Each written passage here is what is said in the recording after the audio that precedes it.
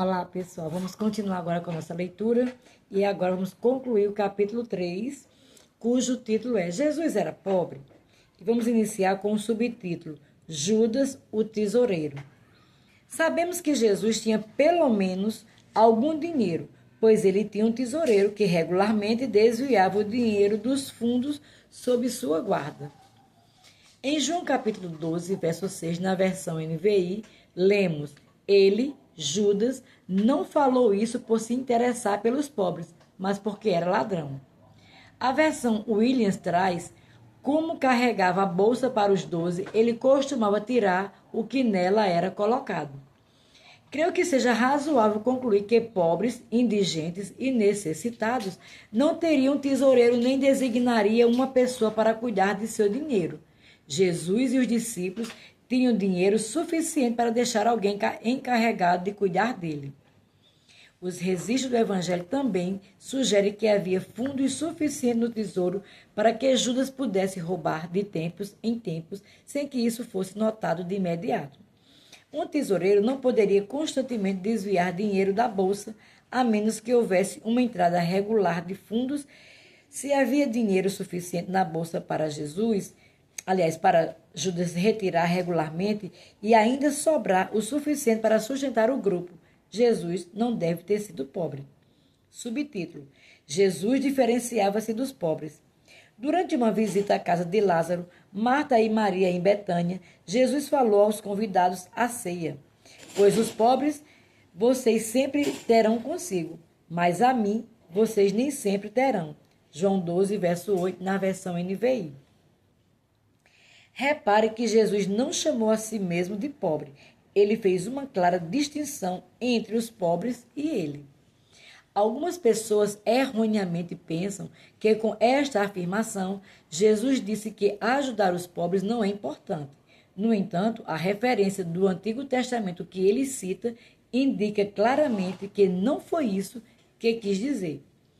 Em Deuteronômio capítulo 15, na versão NVI, é dito: Sempre haverá pobres na terra. Portanto, eu lhe ordeno que abra o coração para o seu irmão israelita, tanto para o pobre como para o necessitado de sua terra. Na verdade, Jesus estava dizendo: sempre existirão pessoas pobres necessitando de ajuda, e vocês devem ajudá-las o quanto puderem. Mas eu estarei aqui apenas por pouco tempo, e essa mulher, que ungira seus pés com uma essência cara, tirou vantagem de uma situação muito limitada. Vocês sempre terão oportunidades para ajudar os pobres, mas eu não estarei com vocês por muito tempo. A questão é que Jesus não se identifica como um dos pobres. Ele não disse sempre haverá pobres como eu. Em vez disso, fez uma distinção clara entre os pobres e ele. Perfume caro. Encontramos outra indicação bíblica de que Jesus não era pobre, pois foi com quem menos se incomodou com o fato de um perfume que custara o salário de um ano ter sido usado para ungir seus pés. Examinemos a história mencionada no Evangelho de João, capítulo 12, do verso 1 ao 8. 6 dias antes da Páscoa, Jesus chegou a Betânia, onde vivia Lázaro, a quem ressuscitou dos mortos. Ali, prepararam um jantar para Jesus. Marta servia enquanto Lázaro estava à mesa com ele. Então Maria pegou um frasco de nardo puro, que era um perfume caro, derramou sobre os pés de Jesus e o enxugou com os seus cabelos. E a casa encheu-se com a fragrância do perfume. Mas um dos seus discípulos, Judas Iscariotes, que mais tarde iria traí-lo, fez uma objeção. Por que este perfume não foi vendido e o dinheiro dado aos pobres? Seriam 300 denários. Ele não falou isso por se interessar pelos pobres, mas porque era ladrão, sendo responsável pela bolsa de dinheiro, costumava tirar o que nela era colocado. Respondeu Jesus: Deixe-a em paz, que eu guarde para o dia do meu sepultamento. Pois os pobres vocês sempre terão, mas a mim vocês nem sempre terão. Um homem pobre que não estivesse acostumado a possuir coisa alguma, provavelmente não teria uma atitude tranquila ao ver o salário de um ano ser derramado sobre os seus pés. Mas Jesus não ficou intimidado, constrangido, nem lentamente desconfortável com relação ao valor do perfume que Maria usou para ungir seus pés. Por quê? Subtítulo: Considere quem Jesus realmente era. Jesus era e é o Criador deste mundo. O Evangelho de João declara: todas as coisas foram feitas por ele, e sem ele nada do que foi feito se fez. João 1, 3. Em Colossenses capítulo 1,16 é proclamado: porque nele foram criadas todas as coisas que há nos céus e na terra, visíveis e invisíveis, sejam tronos, sejam dominações, sejam principados, sejam potestade. Tudo foi criado por ele e para ele. Agora, consideremos o lar real de Jesus, o lugar que ele criou para si e eventualmente para nós também habitarmos. Lembre-se, todos se empenham em fazer de seu lar um lugar que combine com seu gosto, que seja confortável viver. O lar de Jesus foi descrito para nós em Apocalipse. Ele me levou no Espírito a um grande e alto monte e mostrou-me a cidade santa, Jerusalém, que descia dos céus da parte de Deus. Ela resplandecia com a glória de Deus e o seu brilho era como de uma joia muito preciosa, como jaspe, clara como cristal. Tinha um grande e alto muro com 12 portas e 12 anjos junto às portas. Nas portas estavam escritos os nomes das 12 tribos de Israel. O muro era feito de jaspe e a cidade era de ouro puro, semelhante ao vidro puro.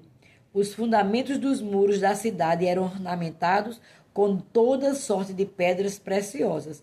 O primeiro fundamento era ornamentado com jaspe, o segundo com safira, o terceiro com calcedônia, o quarto com esmeralda. As 12 portas eram 12 pérolas, cada porta feita de uma única pérola. A rua principal da cidade era de ouro puro, como vidro transparente. Apocalipse, capítulo 21, verso 10 ao 12, 18, 19 e 21, na versão NVI. Quem poderia projetar e criar um lugar tão magnífico para morar? O Salmo 24, verso 10, nos dá a resposta. Quem é este Rei da Glória? O Senhor dos Exércitos. Ele é o Rei da Glória. Vejamos algumas passagens da Bíblia que nos ajudam a ter uma noção da majestade e do poder de Deus. Lembre-se de tais coisas são ditas de Deus, elas também pertencem a Jesus. Em João 10,30 é dito: eu, Jesus, e o Pai somos um. E em João 14, verso 9, quem me vê, a mim vê o Pai. Melquisedeque referiu-se a Deus como o Deus Altíssimo, o possuidor dos céus e da terra. Gênesis 14, 19. Moisés disse: a terra é do Senhor. Êxodo 9, 29. Josué afirmou que Deus é o Senhor de toda a terra. Josué 3, verso 11. O rei Davi declarou: Teus, ó Senhor, são a grandeza, o poder, a glória, a majestade e o esplendor, pois tudo que há nos céus e na terra é teu. Teu, ó Senhor, é o reino, tu estás acima de tudo. A riqueza e a honra vêm de ti. Domina sobre todas as coisas. Nas tuas mãos estão a força e o poder para exaltar e dar força a todos. 1 Crônicas, capítulo 29, verso 11 e 12, na versão NVI. Deus, falando de si mesmo para Jó, afirmou: quem primeiro me deu alguma coisa que eu lhe deva pagar? Tudo que há debaixo dos céus me pertence. Jó 41, verso 11, na versão NVI. O salmista Davi declarou: do Senhor é a terra e a sua plenitude, o mundo e aqueles que nele habitam. Salmo 24, verso 1. Davi também disse: cheia está a terra das tuas riquezas. Salmo 104, verso 24. O Senhor fala de si mesmo: porque meu é todo o animal da selva e as alimárias sobre milhares de montanhas. Conheço todas as aves dos montes e minhas são todas as feras do campo. Se eu tivesse fome, não tu diria, pois meu é o mundo e a sua plenitude. Salmo 50, do verso 10 ao 12. Deus fala a Isaías: assim diz o Senhor: o céu é o meu trono e a terra o escabelo dos meus pés. Isaías 66, verso 1, parte A. Por intermédio de Ageu, o Senhor declarou: minha é a prata e meu é o ouro, disse o Senhor dos Exércitos. Ageu 2, 8. Zacarias refere-se a Deus como o Senhor de toda a terra. Zacarias 4, verso 14, capítulo 6, verso 5. O apóstolo Paulo afirma em 1 Coríntios capítulo 10, porque a terra é do Senhor e toda a sua plenitude. 1 Coríntios capítulo 10, verso 26 e 28. Acerca de Jesus, Paulo afirma em Filipenses que, sendo em forma de Deus, não teve por usurpação ser igual a Deus, mas aniquilou-se a si mesmo, tomando a forma de servo, fazendo-se semelhante aos homens, e, achado na forma de homem, humilhou-se a si mesmo, sendo obediente até a morte e morte de cruz.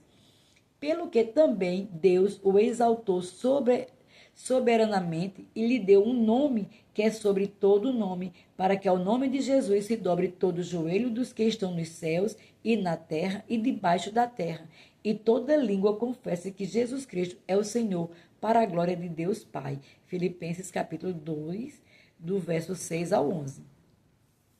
Jesus estava com o Pai na criação e viu no céu com o Pai e os anjos. Em Apocalipse 21, verso 21, está registrado que as ruas dos céus são de ouro puro.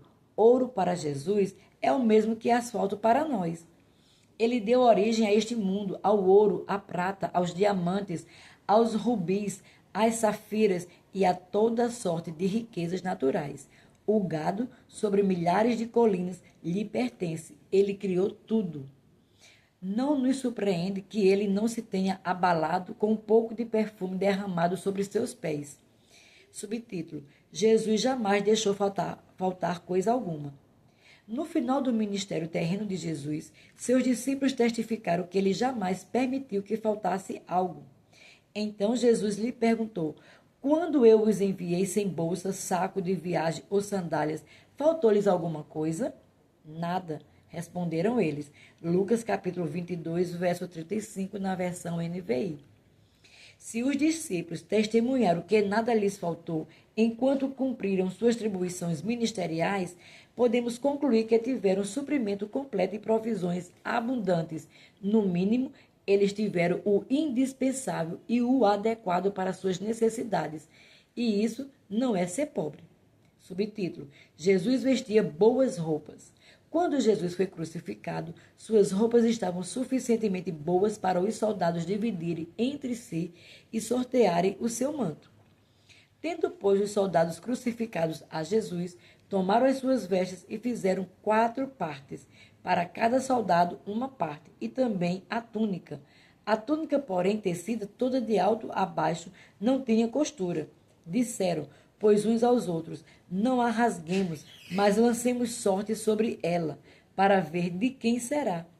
Isso foi assim para que se cumprisse a escritura que diz: dividiram entre si as minhas vestes e sobre a minha túnica lançaram sortes.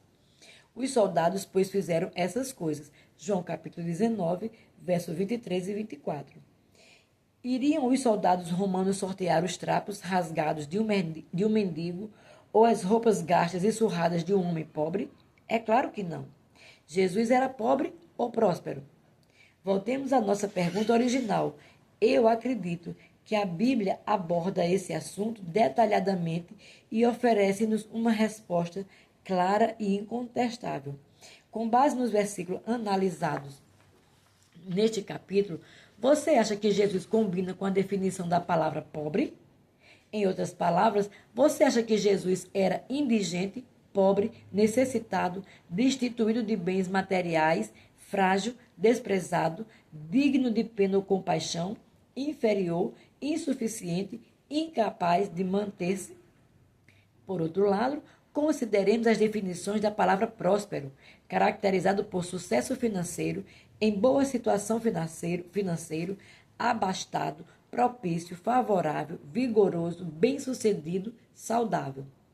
Qual a definição melhor descreve o Jesus bíblico? Vamos rever as informações que temos de Jesus na palavra de Deus.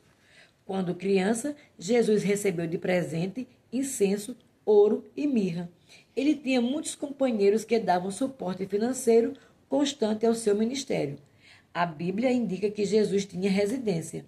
Quando necessário, o poder miraculoso de Deus operava por intermédio de Jesus para que sua necessidade e as de seus discípulos fossem preenchidas. A Bíblia indica que o ministério de Jesus dava assistência regular aos pobres. Jesus tinha um tesoureiro que com frequência desviava dinheiro dos fundos e a eles confiados. Jesus distinguia-se dos pobres.